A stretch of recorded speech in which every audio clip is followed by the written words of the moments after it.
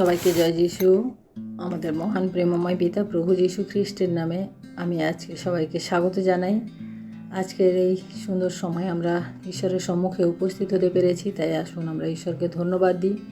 এবং আজকে আমরা যে বিষয়ের উপরে বাইবেল থেকে শিক্ষা করব তা হচ্ছে যিশুর রক্তের গুরুত্ব। আমরা প্রতিটি কথায়, আমরা সবসময় প্রার্থনায় বা এমনি কথায় বলি যে যিশুর রক্ত, যিশুর রক্ত। সেই রক্তের কি গুরুত্ব রয়েছে তা আমরা আজকে ঈশ্বরের বাক্য থেকে দেখব।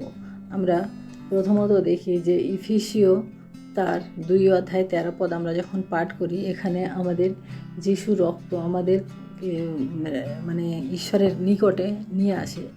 তাই আমরা এখানে দেখি যে ইফিসীয় 2:13 পাঠ করি, কিন্তু এখন খ্রিস্ট যিশুতে পূর্বে দূরবর্তী ছিলে, যে তোমরা খ্রিস্টের রক্ত দ্বারা নিকটবর্তী হইয়াছ। অর্থাৎ মানুষ, আমরা যে পাপে মৃত ছিলাম, আমাদের পাপে আমরা পরিপূর্ণ ছিলাম, সেই পাপ থেকে উদ্ধার পেতে ঈশ্বর তার একমাত্র পুত্র যিশুকে আমাদের জন্য এই জগতে পাঠিয়েছিলেন। এবং সেই পাপ থেকে আমাদিগকে উদ্ধার করার জন্য তিনি খ্রিস্টে ক্রুশে বলিদান হয়েছেন। এবং সেই রক্ত দ্বারা তিনি আমাদিগকে কী করেছেন, তার নিকটে নিয়ে এসেছেন, তার কাছে নিয়ে এসেছেন। আমরা খ্রিস্টের রক্তের দ্বারা তার নিকটবর্তী হয়েছি। অর্থাৎ আমরা আজকে যারা যিশুর সন্তান বা যিশুতে বিশ্বাস করি বলি, তারা আমরা শুধু এমনি হইনি, তার রক্তের দ্বারা, তার সেই ক্রুশে রক্ত ছড়ানোর মধ্য দিয়ে আমরা তার নিকটবর্তী হয়েছি। আমরা দ্বিতীয়ত দেখি যিশুর রক্তর দ্বারা আমাদেরকে কিনে নিয়েছেন। তার সেই বহুমূল্য রক্তের বিনিময়ে তিনি আমাদেরকে কিনে নিয়েছেন। আমরা ঈশ্বরের বাক্য থেকে দেখি প্রেরিতের পুস্তক 20:28 আমরা যখন পাঠ করব, আমরা এই বিষয়ে পাব। তোমরা আপনাদের বিষয়ে সাবধান এবং পবিত্র আত্মা তোমাদিগকে অধ্যক্ষ করিয়া যাহার মধ্যে নিযুক্ত করিয়াছেন, সেই সমস্ত পালনের বিষয়ে সাবধান হও। ঈশ্বরের সেই মণ্ডলীকে পালন করো, যাহাকে তিনি নিজ রক্ত দ্বারা ক্রয় করিয়াছেন। অর্থাৎ ঈশ্বরের মণ্ডলী বলতে আমরা খ্রিস্টে বিশ্বাসী প্রত্যেক ভাই বোনকে এখানে বোঝাচ্ছে।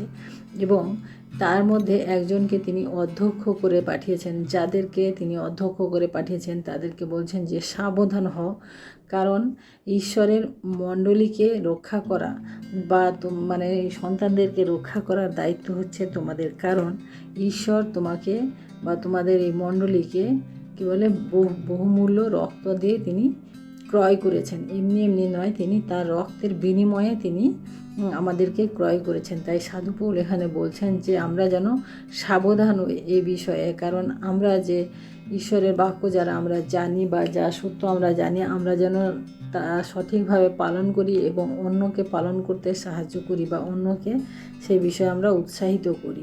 কারণ তিনি আমাদিগকে তার রক্ত দ্বারা ক্রয় করেছেন।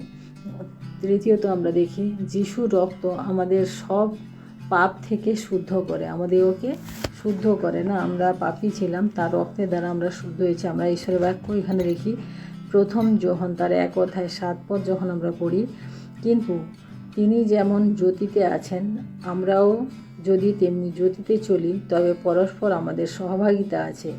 এবং তাহার পুত্র যিশুর রক্ত আমাদিগকে সমস্ত পাপ হইতে শুচি করে। অর্থাৎ ঈশ্বর আমাদিগকে তার মতো করে আমাদিগকে এই জগতে রাখতে চেয়েছেন। কারণ তিনি যেমন জ্যোতিতে ছিলেন, তিনি যেমন আলোর পথে ছিলেন, সেই রকম আমাদিগকেও আলোর পথে অর্থাৎ লাইট দেখিয়ে, আলো দেখিয়ে পথ নয়, কিন্তু আমাদের জীবনের যে সত্য, সেই ঈশ্বরের সেই বাক্যকে আমাদের চরণের প্রদীপ হিসেবে, আমাদের আলো হিসেবে তিনি ব্যবহার করতে বলেছেন। এবং সেই জ্যোতিতে চলার জন্য আমাদিগকে তিনি আদেশ দিয়েছেন। এবং এখানে আমরা দেখি যে তার কারণ তিনি আমাদিগকে তার রক্তে দিয়ে আমাদের সমস্ত পাপ থেকে তিনি আমাদিগকে কী করেছেন, সূচি করেছেন। কারণ আমরা প্রত্যেকে পাপী ছিলাম, অপবিত্র ছিলাম, কিন্তু আমরা যখন যিশুতে বিশ্বাস করি এবং তার বাপ্তিস্মের মধ্য দিয়ে আমরা যখন তার পথে চলতে শুরু করি, তখন আমরা তার রক্তে সূচীকৃত হয়েছি। আমরা আর সে আগের মতো আমরা পাপী না। আমরা চতুর্থত দেখি যিশুর রক্ত আমাদিগকে মুক্ত করে। আমরা দেখি, আমরা প্রথম পিতর তার 1 অধ্যায় 18 এবং 19 পদ দেখি। তোমরা তো জানো, তোমাদের পিতৃপুরুষগণের সমর্পিত অলিক আচার ব্যবহার হইতে তোমরা ক্ষয়নীয় বস্তু দ্বারা, রৌপ্য বা স্বর্ণ দ্বারা মুক্ত হও নাই, কিন্তু নির্দোষ নিষ্কলঙ্ক মেষশাবকের স্বরূপ খ্রিস্টের বহুমূল্য রক্ত দ্বারা তোমরা মুক্ত হইয়াছ। অর্থাৎ আমরা আগে একটা বন্ধনের মধ্যে ছিলাম না। আমরা যখন পুরাতন নিয়ম পড়ি, সেখানে অনেক রকম বন্ধন, অনেক রকম আচার আর বিচার, অনেক রকম নিয়ম কানুন আমাদেরকে মেনে চলতে হতো বা মানে চলেছেন প্রত্যেকে। কিন্তু এখন দেখি, আমরা যখন যিশুতে এসেছি, আমরা প্রত্যেকে সম্পূর্ণরূপে স্বাধীন হয়েছি, মুক্ত হয়েছি। আমাদের আর কোনো বন্ধন নেই, কারণ ঈশ্বরের সাথে আমাদের যোগাযোগ করার জন্য আমাদের কোনো মধ্যস্থ লাগে না। কারণ তিনি বলেছেন যে মানে সরাসরি আমরা যদি তাকে ডাকি, তার কাছে আমরা যদি আমাদের প্রার্থনায় নিবেদন করি, তাহলে তিনি কি উত্তর দেন। তাই তার সেই বহুমূল্য রক্ত দ্বারা তিনি আমাদের সমস্ত কিছু থেকে তিনি আমাদেরকে মুক্ত, আমাদের সমস্ত বন্ধন থেকে তিনি আমাদেরকে মুক্ত করেছেন।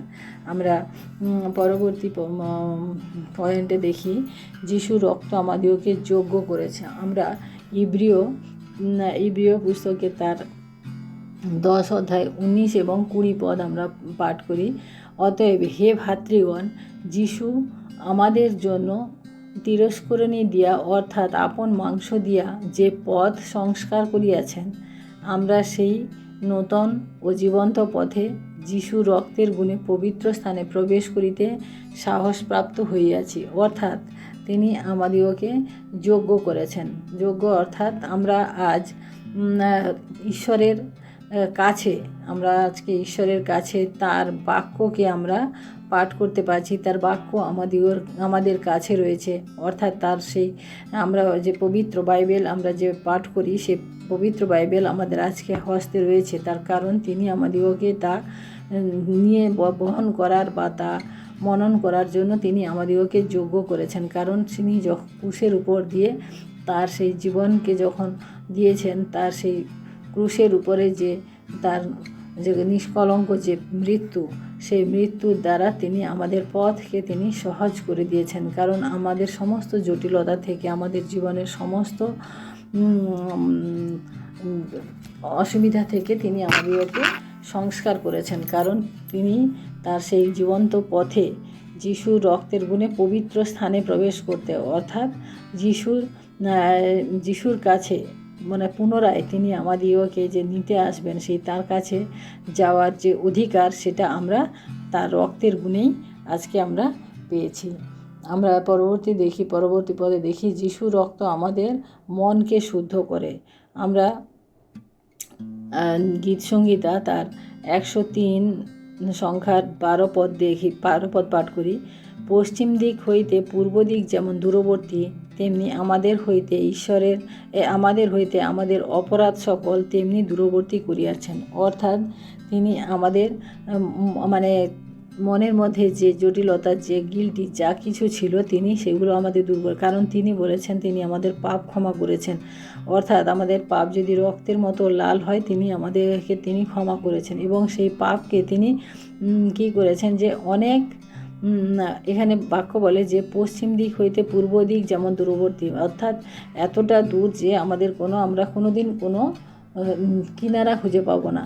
তাই সেই রকমভাবে তিনি আমাদের পাপকে আমাদের থেকে দূর করেছেন। কারণ আমরা অনেকে হয়তো মনের মধ্যে আমাদের গিল্টি বা সন্দেহ বা এরকম কিছু আমরা রেখে চলি, যে আমি এই পাপ করেছি, প্রার্থনা করলাম, ক্ষমা চাইলাম, কিন্তু তারপরে আমার মন থেকে যাচ্ছে না কেন। কিন্তু ঈশ্বরের বাক্য বলে যে আমরা যদি তাকে স্মরণ করি, তার সাথে থাকি, তাহলে আমাদের সমস্ত গিল্টি বা অপরাধ তিনি আমাদের জীবন থেকে তিনি দূর করবেন। এবং আমরা তখন তার সাথে আমরা তার নিকটবর্তী থাকতে পারবো। কারণ তিনি আমাদের সমস্ত অপরাধকে তিনি কী করেছেন, দূর করেছেন। এবং সে এত দূর করেছেন যে যা আমাদের নাগালেরও বাইরে।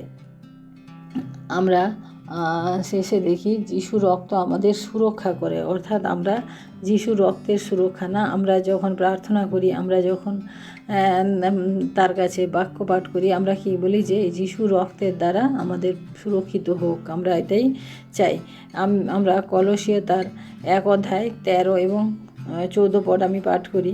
তিনি আমাদিগকে অন্ধকারের কর্তৃত্ব হইতে উদ্ধার করিয়া আপন প্রেমভূমি পুত্রের রাজ্যে আনয়ন করিয়াছেন। ইহাতে আমরা মুক্তি, পাপের মোচন প্রাপ্ত হইয়াছি। অর্থাৎ তিনি আমাদিগকে কী করেছেন? সুরক্ষা করেছেন। তিনি আমাদিগকে সুরক্ষা করার যে প্রতিশ্রুতি দিয়েছেন তা আমরা দেখতে পাই। কারণ যিশুর রক্তের গুণে আমরা শয়তানের থেকে আমরা নিজেদেরকে রক্ষা করতে পারি। আমরা যখন প্রার্থনা করি যে যিশুর রক্তে আমরা শয়তানকে কী করি? দূর করি। কারণ আমাদের জীবনে প্রতিনিয়ত আমাদের চলার পথে আমাদের নানান রকম ব্যবধান সৃষ্টি করে শয়তান, এবং শয়তান আমাদের পথকে অনেক জটিল করে তোলে। কিন্তু আমরা যদি যিশুর নামে বা যিশুর রক্তের নামে আমরা যদি প্রার্থনা করি বা শয়তানকে দূর করি, তাহলে তিনি বলেছেন যে তার রক্তের গুণে তিনি আমাদেরকে সুরক্ষা দেবেন। তাই প্রিয় ভাই বোনেরা, আমরা আজকে যিশুর রক্তের যে গুরুত্ব তা আমরা আজকে বুঝতে পারলাম, এবং তার সেই রক্তের গুরুত্বকে আমরা যেন মনে রাখতে পারি, কারণ তিনি আমাদেরকে রক্ষা করেন। আমরা কি পাঠ করলাম আজকে? প্রথমত আমরা দেখলাম যে যিশুর রক্ত আমাদের ঈশ্বরের নিকটে নিয়ে আসে। যিশুর রক্তের বিনিময়ে আমাদের ঈশ্বর কিনে নিয়েছেন। তৃতীয়ত দেখলাম আমরা যিশুর রক্ত আমাদের সমস্ত পাপ থেকে শুদ্ধ করে। চতুর্থত যিশুর রক্ত দ্বারা আমরা মুক্তি পাই, অর্থাৎ আমাদের ছুটকারা, অর্থাৎ মুক্ত হই। তারপরে পঞ্চমত দেখি যিশুর রক্ত আমাদের যোগ্য করেছে তার সাথে থাকার জন্য। তারপরে আমরা দেখি ষষ্ঠত যিশুর রক্ত আমাদের মনকে শুদ্ধ করে, আমাদের সমস্ত অপরাধ বোধকে তিনি যিশুর রক্ত আমাদের দূর করে। আমরা শেষ পদে দেখি যিশুর রক্ত আমাদের সুরক্ষা করে, কারণ আমাদের সমস্ত সুরক্ষা আমাদের যিশুর রক্তে। তাই আসুন আমরা আজকে এই সন্ধ্যাবেলায় আমরা আজকে প্রার্থনা করি এবং ঈশ্বরকে ধন্যবাদ দিই যে তিনি তার সুন্দর বাক্যের মধ্য দিয়ে আমাদেরকে সাহায্য করলেন আজকের এই সময় আমাদের অতিবাহিত করতে। তাই প্রিয় ভাই বোনেরা, আসুন আমরা প্রার্থনা করি, তার রক্তের আমরা যে গুরুত্ব তা আমরা যাচনা করি। Hallelujah, hallelujah, hallelujah. মহান প্রেমময় পিতা, তোমার মহান নামের ধন্যবাদ প্রশংসা করি প্রভু। আজকের এই সুন্দর সময় প্রভু আরেকটি বার তোমার চরণে উপস্থিত হতে পেরেছি প্রভু, তাই তোমায় ধন্যবাদ করি প্রভু।